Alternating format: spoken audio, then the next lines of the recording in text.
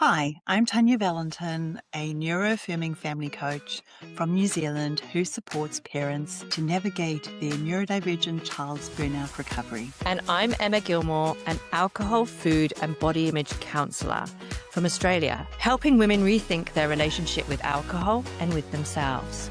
Welcome to Meltdowns, Menopause and Magic, a podcast where two late diagnosed mums talk honestly about midlife, neurodivergence, parenting children in burnout, and finding ourselves again along the way. If you've ever felt overwhelmed, unsure, or like you're the only one struggling, You're not alone here. Grab a cup of tea and come and sit with us.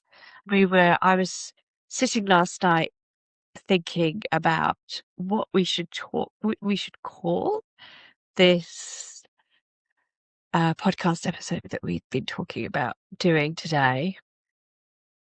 And first of all, I was thinking about pressure, and I was thinking about like the um, demand side of things.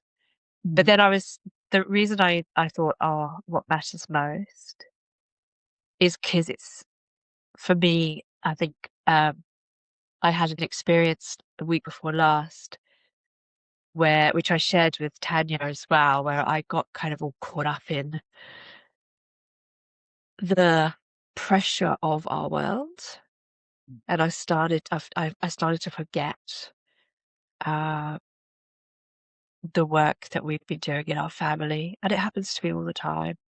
I think it's quite common, to reduce those pressures and to celebrate,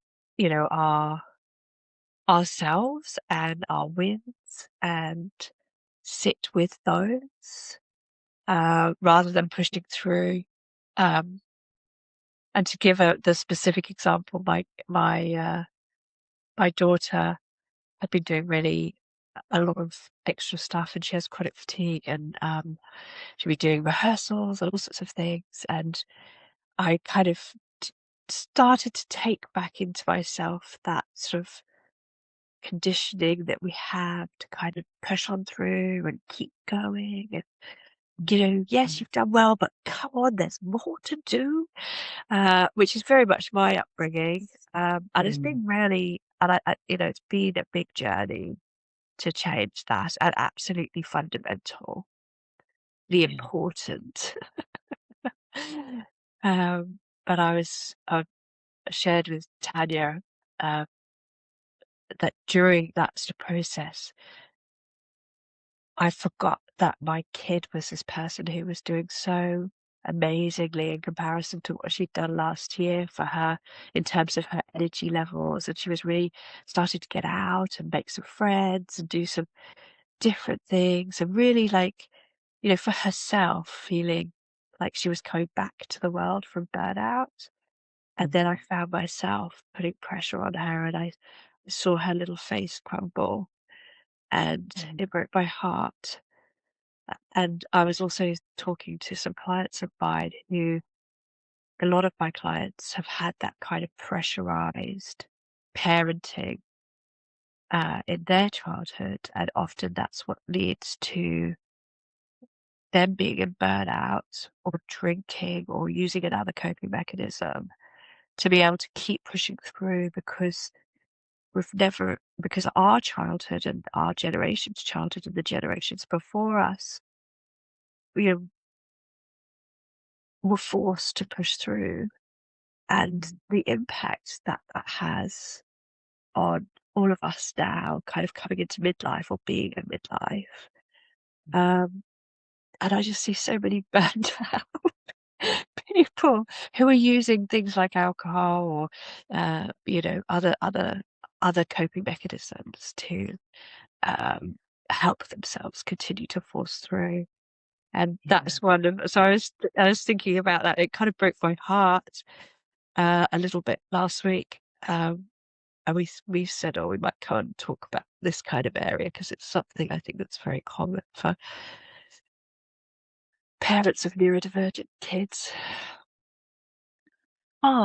It's so common. And I think not even for parents of neurodivergent kids, I think it's just part of human nature sometimes.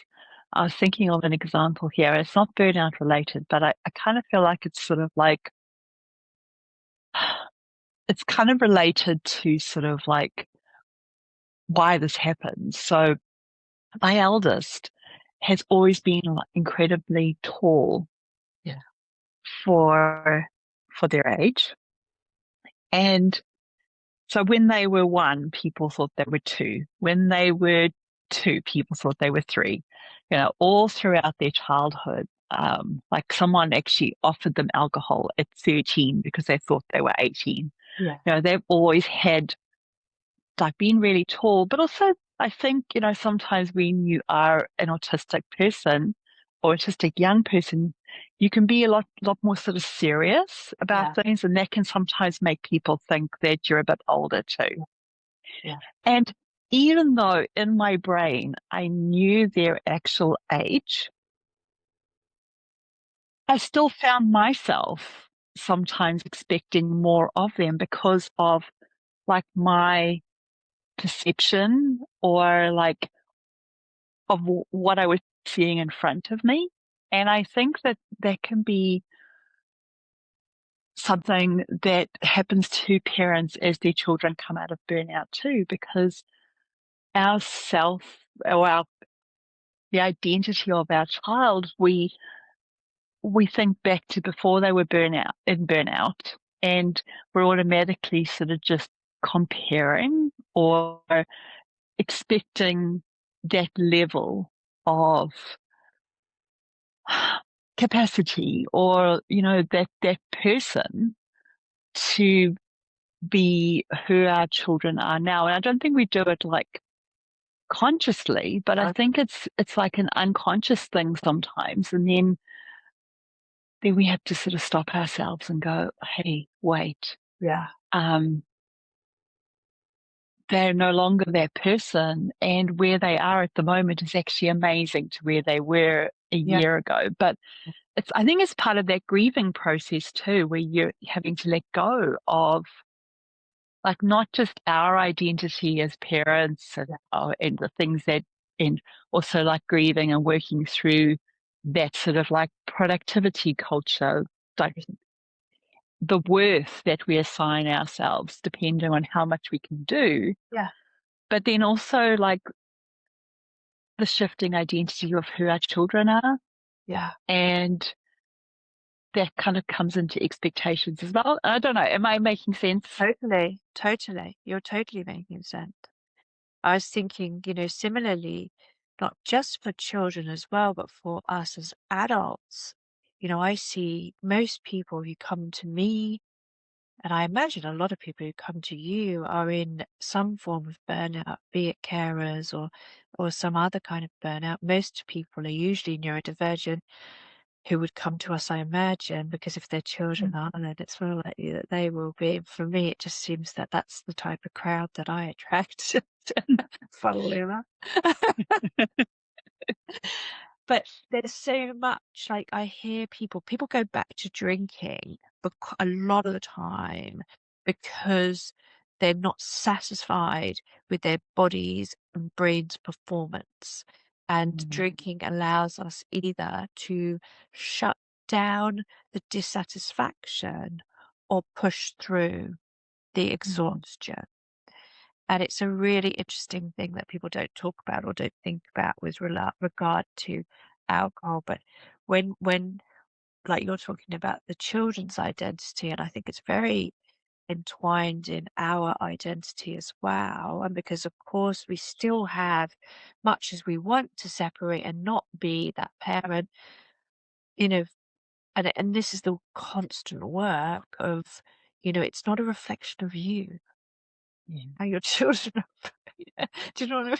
It's got on. Oh, but there is this, I think there's this crazy cultural expectation that we've all internalized that like your children are a direct reflection of you and your worth as a person, by how well your children are doing. And that they're a whole human being who's being influenced by things sometimes outside of our circle of influence. And like as they grow up, they're exposed to more of that, and they make their own decisions. We can help them sometimes and give them advice, but sometimes especially with our PDAs, where autonomy is really important. As much as you would like to help or guide, or you have to come to this place of accepting that they are their own human being. Yeah, exactly. It's a tricky one, isn't it? Because it's also, I think it must be anxiety driven, right? Yeah. The need to control. Like if I get control, it stops feeling that, you've got no control. There's no,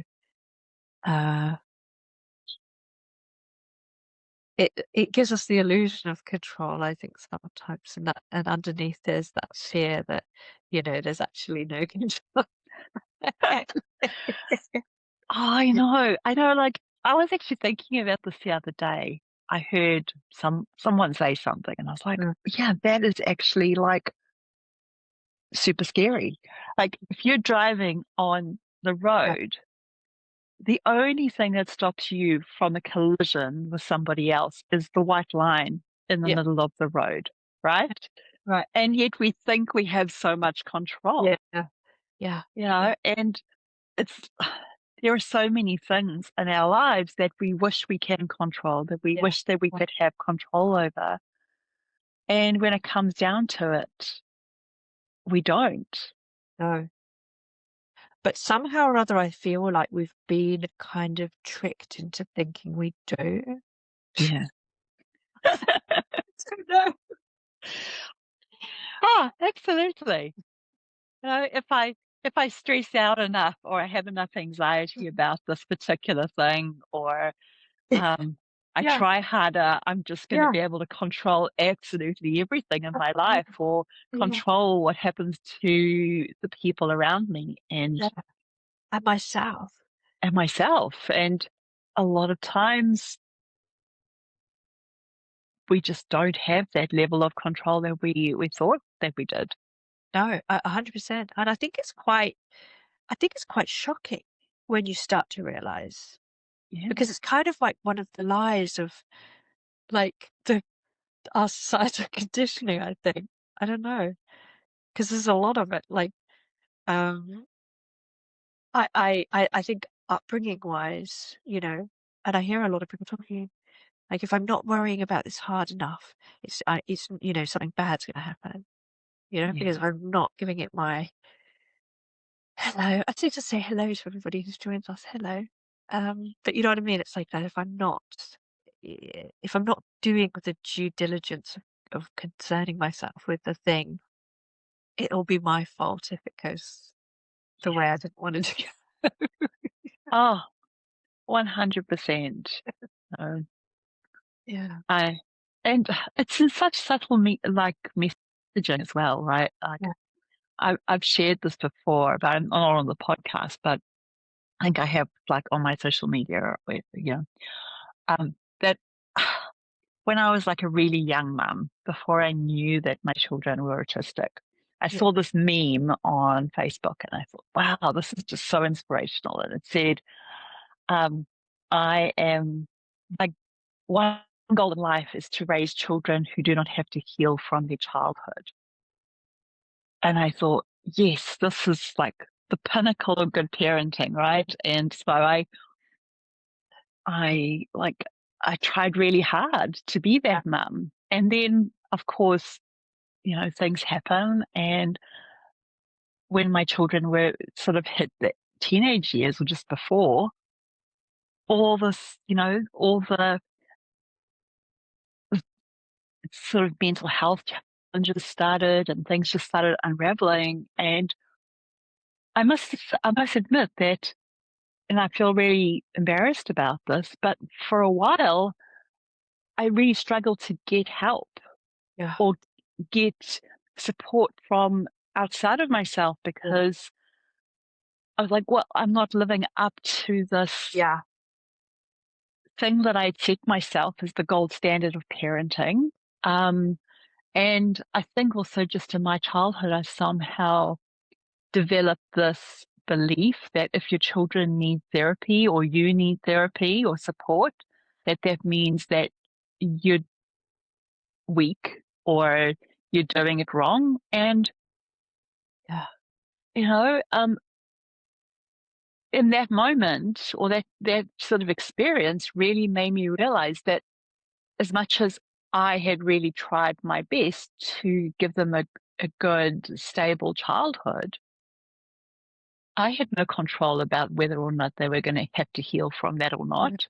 Yeah. Yeah. Yeah.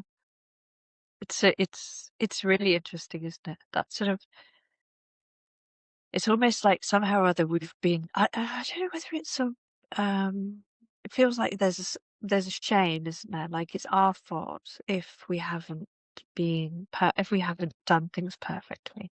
Must Yeah, be an us, it must be an us issue if things yeah, aren't right. And I guess it sounds like it comes from a childhood stuff, doesn't it? Where some it lets us feel like we have some control again. You know, if it's an yeah, us problem, then we can resolve it, maybe or not. yeah. But yeah, it's so I totally hear you, and I think it's very common as well that like I remember talking to a friend of mine who about a therapist, but her son, and she was like, "Oh, I don't want to go and I don't want to do that. I don't want people to think that there's something wrong with him, like as in like Mhm. faulty." Yeah, Yeah, yeah. It's very yeah, and it's a bit again corresponding it with anything that we're doing. Our society's kind of convincing us that there's something that we're the problem. Like if you start drinking because you know, life's become difficult for you to manage, and all of a sudden it's again people won't seek help because it's something to be ashamed of. It feels like it's something to be ashamed of because it's something it's a flaw in you. You're not mhm. this perfect person, and yet it's yeah. There's no perfect people, eh? No, no. And I think that's also probably like shows up in that with people who come and work with you, that they might have to work through getting past some of that shame to Yeah, actually even just admit of like, oh, yeah, I have an issue here and I would like some help or yeah. I'd like some support with that. And I think it's the same in I parenting, you agree. know. I agree. Um, a lot of like one of the biggest barriers I think for any of us getting help is that feeling of shame, like That we I'm should not be good able to enough do this ourselves. or should be able to, I should know. Yeah, Um, and it's when it comes to things like drinking or parenting or yeah, just life, it's I've come to think of it more like we we go move throughout life and our experiences shape us, but we don't like arrive here with just like 100% knowledge on everything. We gather that over time. We gather tools over time. We try things out and go, well, actually, that's for me, and or this has worked and it doesn't work anymore, or this is something I'm going to carry with me for a while, and this is useful. Um, rather than I am this person who knows absolutely everything yeah, and the whole world and everything kind of rests on my shoulders and whether or not I can control everything or whether I know everything. yeah. So perfectionism again, isn't it? Like if Yeah. we show a sign of weakness, then we might get hurt. Mm. People might think less of us. Yeah. Yeah. Bless us little humans. Yeah. Yeah. I read this really interesting article about masking Oh yeah. recently. Yeah, good. Um, and it was really interesting because, a lot of people have this idea that masking is like this one sort of like layer that you can take off your mask or, but she was talking more about it in forming in relationship with other people and how it's more kind of like multi-layered, that sometimes we don't know who the real us is and who the mask is, and that takes a while to work through. It's a bit of an ongoing process. Yeah. Life work, Yeah. for sure.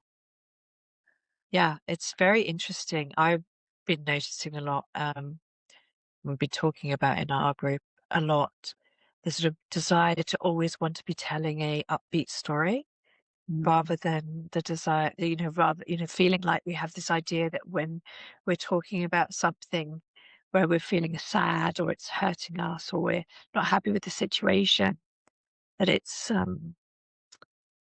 complaining and moaning and whinging and people don't like that. And so, I see so much masking in that area because we want to be perceived of as being good and nice and likable.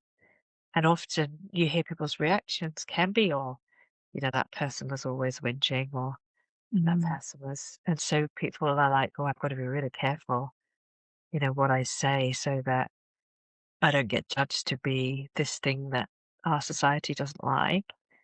Um, and I can see it's so interesting thinking about growing up with, you know, how, judgmental families can be about other people, behind closed doors and pretending to be like, hello. And then behind closed doors, oh, she was a bit of a whatnot. And then, Yeah. and then you wonder, well, why are we so scared of people seeing, who we really are? But if you grew up with any of that kind of hypocrisy going on in your home, then, which I know for me, but it always really confused me as a child of my family were, are Catholics, and I always found that very confusing. There's like quite religious people being quite judgy. Yeah. That didn't seem to make sense to me. I was like, that doesn't seem to be. So you're like, well, no wonder if we're so, because we've seen what happens behind closed doors. Yeah. Oh, absolutely. I mean, I saw a big difference in that sort of judgmental thinking from my country of origin compared to where I live now. Yeah, I grew up in like really conservative yeah, South Africa, and yeah, there was a lot of that, and especially like growing up in a religious yeah, sort of household as well. But then moving here to New Zealand, I mean, we still have that, but it's a yeah, lot more relaxed. I think people are just a little bit more like, well, you know, yeah, um, I mean, there's still that, but I think compared to my experience as a child, yeah, or maybe I've just got into the stage of my life where I'm like, well, I actually don't really care. yeah, yeah. And you probably don't do that in your home. And so your friends probably aren't people who do that so much because you don't like it. So Yeah, you probably don't surround yourself. I always find it surprising when suddenly you're introduced to like people who, things and people who do behave like that again. You're like, oh my gosh, that does still exist. yeah, yeah. You know, it's very, very interesting Yeah, to me when I do encounter people who say one thing and then or react to a person and then yeah, that person leaves and then, they turn towards you yeah, and say something totally different. And it always makes me wonder, like, okay, so if you find it so easy yeah, to talk about somebody else yeah, behind their back, like what are you going to say about yeah. me when we finish this conversation, right? Yeah. It's Dishonesty, isn't it? yeah, Dishonesty. It's all lack of authenticity, I think, as well. And I think as yeah, as a lot of us will be like, it's quite problematic. it is, it is. Yeah, it's very interesting. 'Cause it's like, Um, yeah, go on. no, carry on. No, I was just going to say, I had a conversation with somebody about schooling to do with one of the schools that I was working with, not our normal school. And the lady who I spoke to kind of downright lied to me and said that something had happened, which it hadn't. And after that, now I'm just like, whenever I speak to her, I'm just like, I don't know if I can believe anything. It's Yeah. kind of, yeah, it's interesting, isn't it? Because again, it's that masking, isn't it? I think, like you're saying, well, of course we mask when we see these things happening. That Yeah. that people say one thing and then they're really something else. It's like uh, it makes it feel quite unsafe, I think, sometimes in the world. It's like, who can I trust? Mm. It's interesting. Yeah. And I think too, if you've got a level of hypervigilance from your childhood as well, they can really feed into that a lot. Yeah, Um, you know, my reality of growing up with a parent who, you know, had a lot of trauma, yeah, undiagnosed neurodivergent yeah, person, and it was very difficult to judge when it was safe and when it wasn't because it was really unpredictable. yeah, I don't know if you ever um, quite are able to move past that when you've had that as part of your upbringing or your early childhood. yeah, yeah. I agree. And I think it's unsurprising, people would be surprised, I think, how many people do have those sort of experiences as part of their childhoods, and how, that level of, because I always find it when people are talking about things like people pleasing in a derogatory fashion, which I find happens a lot, Mm, as if it's like a sign of weakness rather than a sign of safety. It's just like a safety response mm, to environments. And they're like, when people, for example, a lot of people I work with and myself feel other people's experiences through our bodies, and it can mm, be very draining and exhausting. But again, it's that safe, exactly what you're talking about. It's like at some point in our lives, it wasn't safe for us to not know the mood in the room. mm, We had to kind of be able to do that in order to keep ourselves safe from, being told off or anything else. So, of course, we do that. And then just to say to people, well, you need to not do that. Well, it's like we can't just not do it. You've got to you've got to Oh, feel safe, you've got to feel safe enough to not do it, and you don't even realize you're doing it half the time. absolutely. And, it really upsets me when I hear people say that Yeah, people pleasing is manipulative or yeah, that you're doing it to try to manipulate people in your favor. yeah, Um, where I kind of feel like manipulation has like a lot, like a thought process behind it, or um, there's like a different intention yeah, to what's happening for a lot of people when we are people pleasing, which yeah, is very much a feature of safety. yeah, yeah. And thinking about that with the little PDAs as well, like for me, that was really, I remember when professionals, we were first trying to get diagnosed with Daisy, and they'd be like, oh, or grandparents, or no, oh, she's just being manipulative. I'm like, yeah, she really isn't. I really don't think she's being manipulative. Yeah. But what they mean is, I think, I think it's a power control thing from adults often in Mm. that circumstance, because they're not compliant. Yeah. Do you know? They're not Mm. compliant. Yeah. Um, And, in that lens as well, often that level of non-compliance is seen as they don't respect you yeah, or as disrespect. And actually it's got nothing to do with respect or like non-respect. Yeah. It really has a lot more to do with like safety behavior or protective behavior rather than respect. You know, you can respect somebody, you can respect another person, and whether you react from that sort of protective part of yourself and it comes out in aggression, rudeness, it's got actually nothing to do with respect. No, exactly right. Respect's a funny word, isn't it? I always find It is. a word. Yeah.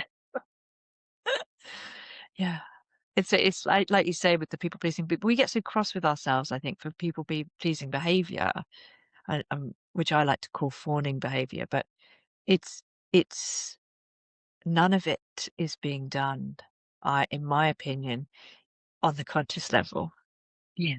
You know, and it's being done because we don't feel safe to do otherwise. Oh, absolutely. And I still catch myself like this has been a work in progress for me to like like I don't know, not reprogram, but help myself to feel safe enough in a relationship not to fawn. Yeah. And I still catch myself sometimes doing something or acting in a certain way and or feeling like I need to say something or act in a certain way and then recognizing myself just before I do it and go, oh, okay, what's behind this behavior? But you can't always catch it. But I'm starting the process of learning how to support myself through that a little bit more. But I really do feel like for a lot of us, it really depends on your capacity and how safe you feel in the moment, right? If your capacity is zero, it's so much easier to just go down the well-oiled route of least resistance than constantly having to work on yourself and try to stop yourself and Of course. put in that work so that you don't use that particular way or that particular survival route. That's exactly right. And that's what, it's so important, even though, we talked about it a couple of weeks ago, didn't we? That's the sort of the idea of self-care. It's like taking it back to its true meaning, and that, we can't expect ourselves to pour. We can't expect our brains to be working to their optimum capacity when we are depleted and under-resourced and exhausted. And, it's impossible to expect our thinking brain to be making all these great resourceful decisions when we're in distress, basically. Yeah. Sometimes self-care is survival, right? Like what's going to help me survive this next moment until I'm able to have a bit more capacity so that I have more resources to then make the next decision for myself and what's going to be supportive in that moment. I'm a big believer of like when we can, obviously, when we do have the capacity to instead of like, feeling under pressure from some sort of external source of like, you need to take care of yourself if you have the capacity to just stop in the moment and say, well, what is the next caring thing that I can do for myself? Or what is the most caring thing I could do for myself in this moment? And it might be, canceling something, or it might be, I've just got to get through this so I can get to the other side and then I can deal with it then. Yeah. It's funny, isn't it? Because we're always trying to give ourselves, I should go for a walk or, all these kind of things. And I think you're right. It's like sometimes as well, for me, I think it's getting a bit out of resistance too. often I'll be making up all these stories in my head, which is probably what led to me having that situation with my little one last week. All the stories in my head about, what this means about me and all this kind of like, these negative core beliefs that kind of sit at the bottom of all of this stuff. Mm. I'm a bad parent, or, what this means about us. And, most of the time, nothing means anything about anything, right? Yeah, yeah, So, uh, just made up doesn't mean yeah, anything. yeah, and I think that's one of the core things about like rehumanizing parenting for ourselves is like realizing that we are just two humans in relationship with each other, ourselves and our children, and sometimes we're going to get it right and sometimes we're not. And Yeah. I don't think we're ever going to know everything that we need to know about relationships because they're constantly changing and we're constantly changing. And, to be able to know that repair with our children is always possible Yeah.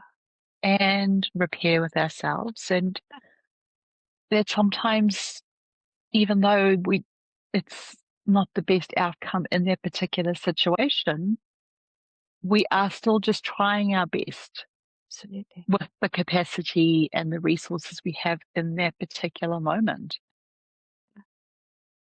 And I also think that one of the most beautiful things that you can have in a relationship, even though it feels really horrible at the time, is that, kind of you've gone through something really sticky and horrible and hard, and you might not have behaved particularly well, and then you've repaired and you've rebuilt. I don't know why, but for some reason for me, right at this moment, and I'm talking relationships with adults as much as and myself and children, Mm. there's something about the repaired relationship that feels truer Mm. even than the relationship before the rupture happened. Like it feels stronger and more real. Oh, I 100% agree. Before we had burnout, you know, my children went into burnout Yeah. and we had this. I was such a, I mean this in terms of like, when I say fragile, Yeah. I mean this in terms of like, when you have a solid structure Yeah. and then you put like, say, like nitrogen on it, and then it kind of like any little thing, just like, even though it looks strong, every little thing's just going to like break it into like a million pieces, right? Yeah. That's how I felt about myself as a parent. Right. Yeah. Like Yeah. any little thing that I would, and RSD totally plays into this as well, Yeah. but like any little criticism or um, thing that my child said to me, Yeah. automatically I went to, I'm a bad parent, Yeah. or I'm not living up to that core belief that I had about, about parenting. Yeah. And then we went through this rupture, and I sat in rooms where I heard my children talk about how hurtful some of the things was that I'd done, or how damaging their childhood was for them. Yeah. And I had to learn, instead of just like reaching for defensiveness Yeah. and saying, well, it wasn't like that, or I'm just doing my best, or just that kind of thing. I had to actually sit with that and listen and figure out ways that I could repair with my children coming from that. And now, if they said to me something about like, well, you did this wrong, or I didn't like that, or that felt awful, I definitely don't reach for that. Like, oh my goodness, I feel so much shame. I'm a bad person. Yeah. I'm more like, oh, okay, they had a point there. Yeah. Or, yep, we can have this conversation and we can still be okay after this conversation, right? Yeah. I think it's a really great thing to demonstrate to kids too.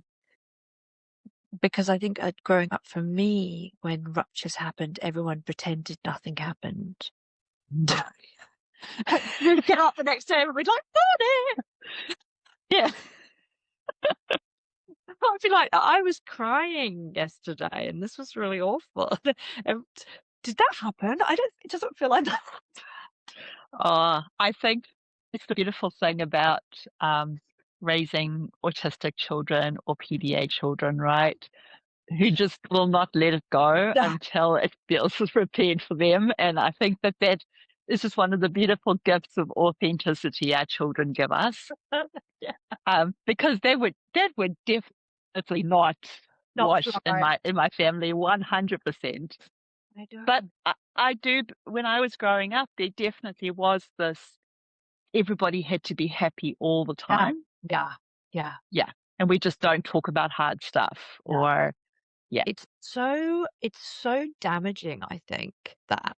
And I talk about that when I'm from the perspective of working with adults.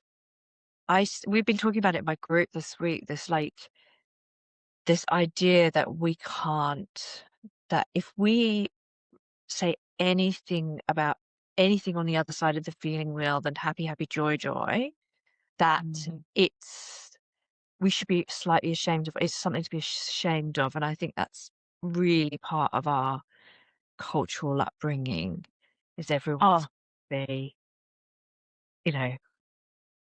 fine.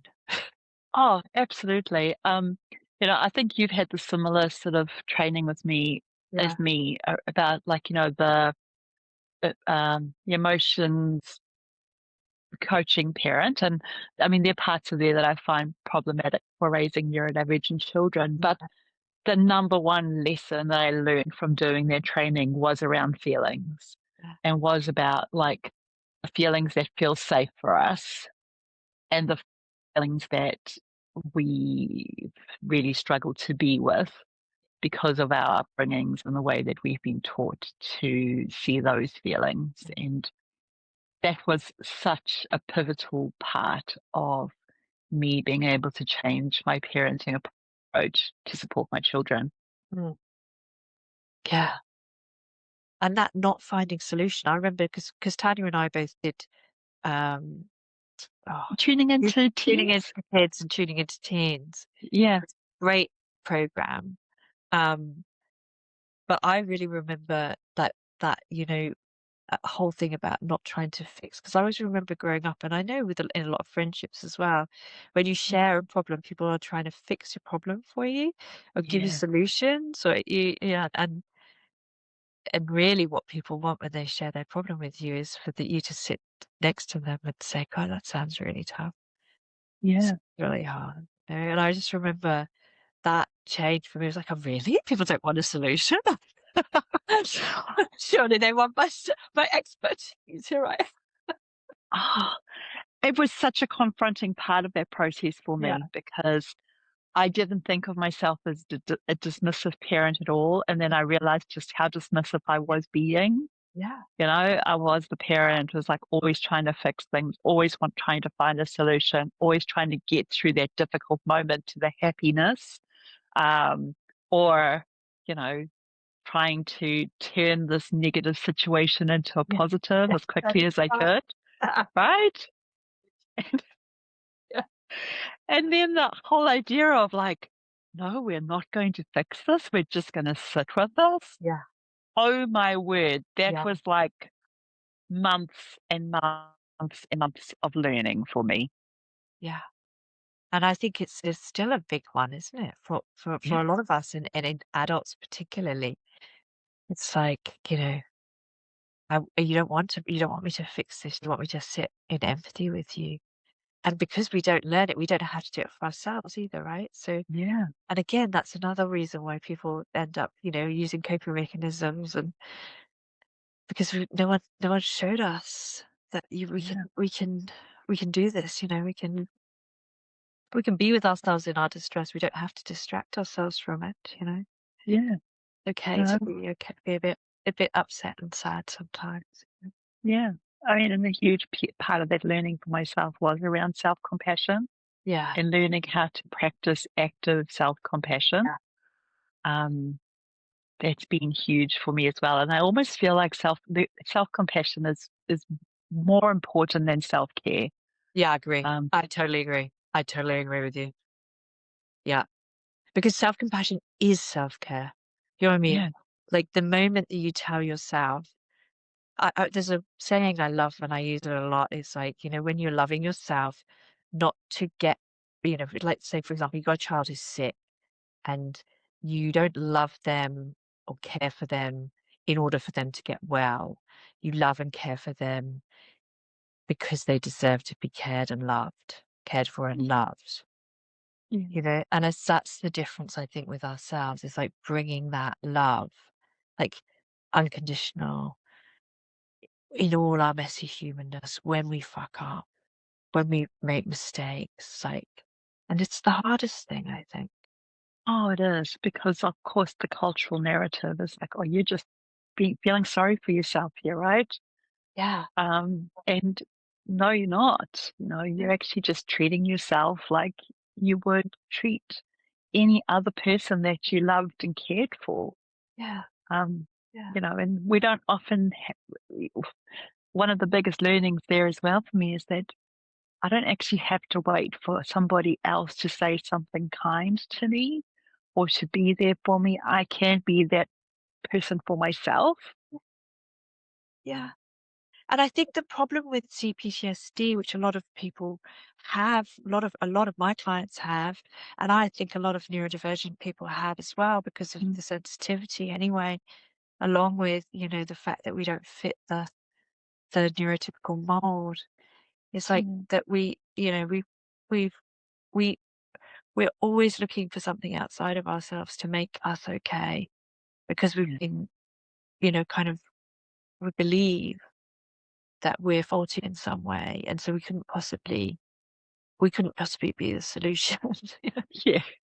And that's not dismissing all the, knowing systemic stuff and knowing that we're not the solution to everything, but Yeah. we're a solution. It's like one of the solutions can be like not to be being so hard on ourselves for being a human being who's fallible and still learning.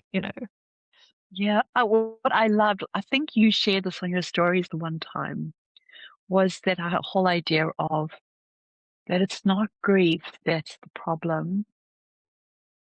It's the split that happens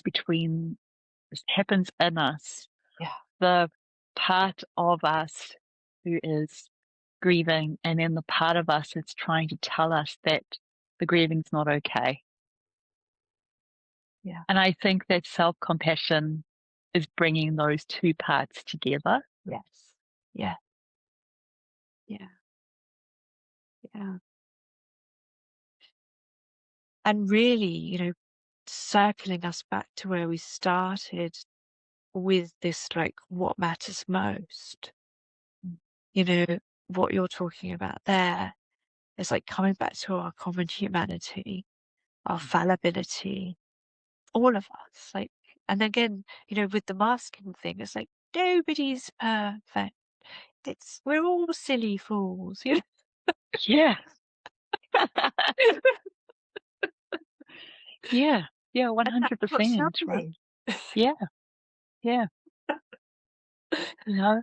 And I think when we learn to internalize that Mm, less on ourselves, then it's easier for us to be with our children, I agree. and to make it safe for them to actually be their whole selves with us. And also to remind us that, hey, when we're going off course, like your dear child said to you, right? And for that to be okay, for that to feel safe and okay for them, and I think that your daughter being able to say that to you shows just how much trust there is in your relationship with her, that she's able to verbalize that to you. Yeah. It's yeah, thank you for saying that because I think it's true. I think also, it's that sometimes we need to course correct. Yeah. Sometimes we're going off. Yeah.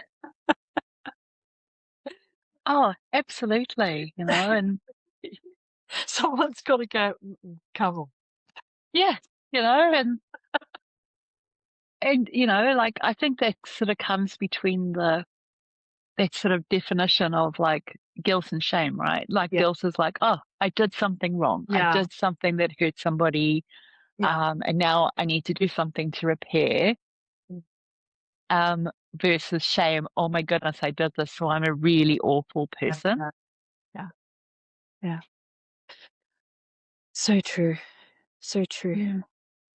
And I think that interaction with your daughter also just shows, relational safety in action, because, people often think relational safety is all just like, soft, soft place and, just like the really nice stuff. But I think I have this theory that when our children show us things or advocate or say things to us that sometimes is hurtful, Yeah. it's them demonstrating 100%. that. Oh, my friend Ellie. Lovely to see you. Lovely to see you, Ellie.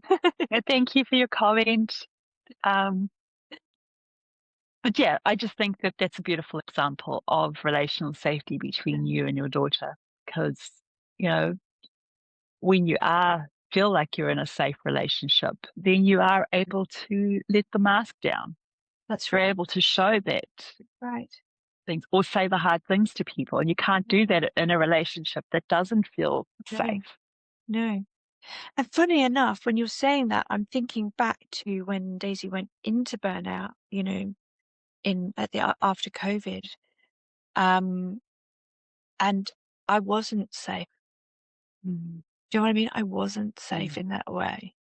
And so I imagine there was nowhere for her to go but into herself, Yeah. Like, I think that now she knows the work we've done together. She knows that she could say, and I will course correct. I won't keep being unsafe, Yeah. Yeah. So thank you for reminding me of that. It's quite touching, actually. Appreciate that. Oh, thank you.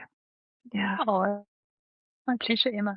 No, I, I, I really see all the really hard work that you put in with your children, and I can really echo that same thing that you said about, before Yeah. my children went into burnout, that I wasn't a safe person either, and it just shows the amount of work Yeah. that you have put in. Yeah. And we as parents do because we love our kids, right? Oh, Parents are incredible, really. yeah, Yeah. yeah. The amount of love we have for these other people. Oh, 100%. Yeah. Oh, that was a Yeah, beautiful conversation. Thank you so much. it's a pleasure. Do you have a little Magical moment. magic moment? Do you have one? Because I'm going to think of mine. I haven't got one. And anyone else, Oh, feel put your magical moments in the comments. absolutely. 100%.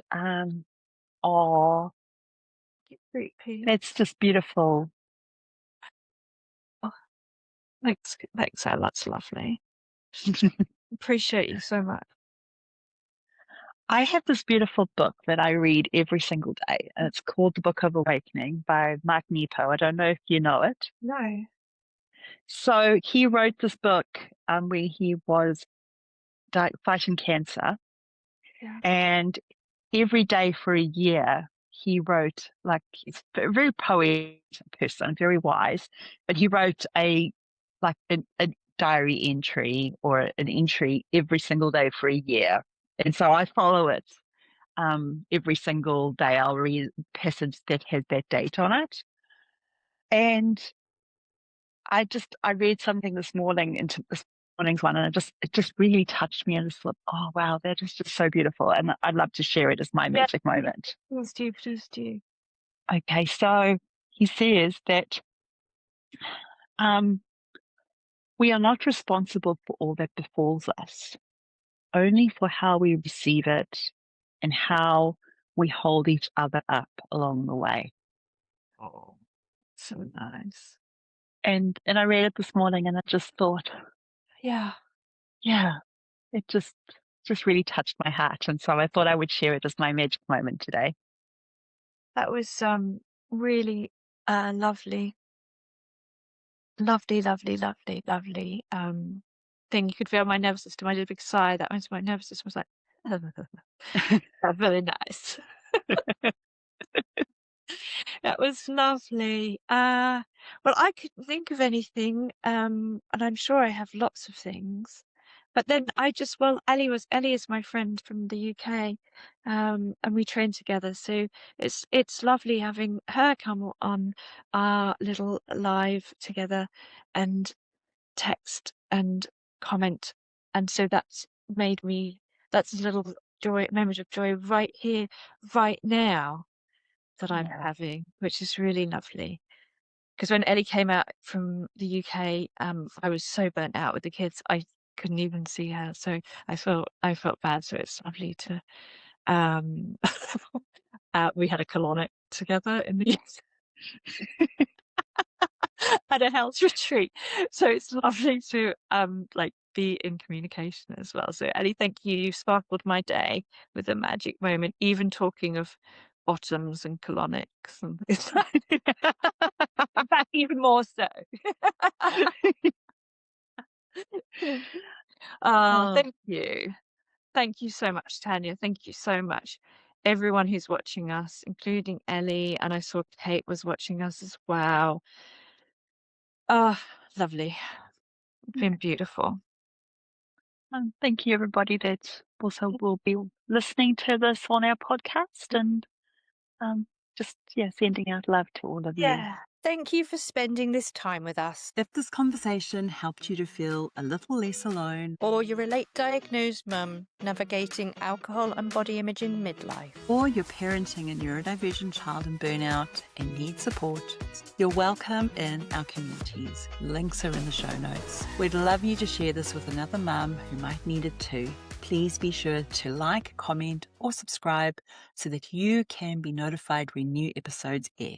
This also helps the podcast reach more mums who need it. This podcast shares a lived experience, not medical advice. Please reach out to a professional if you need individual support. We respect a range of lived experience. All guests appearing on the show are talking from their own individual lives, and their view may not reflect the host's perspective.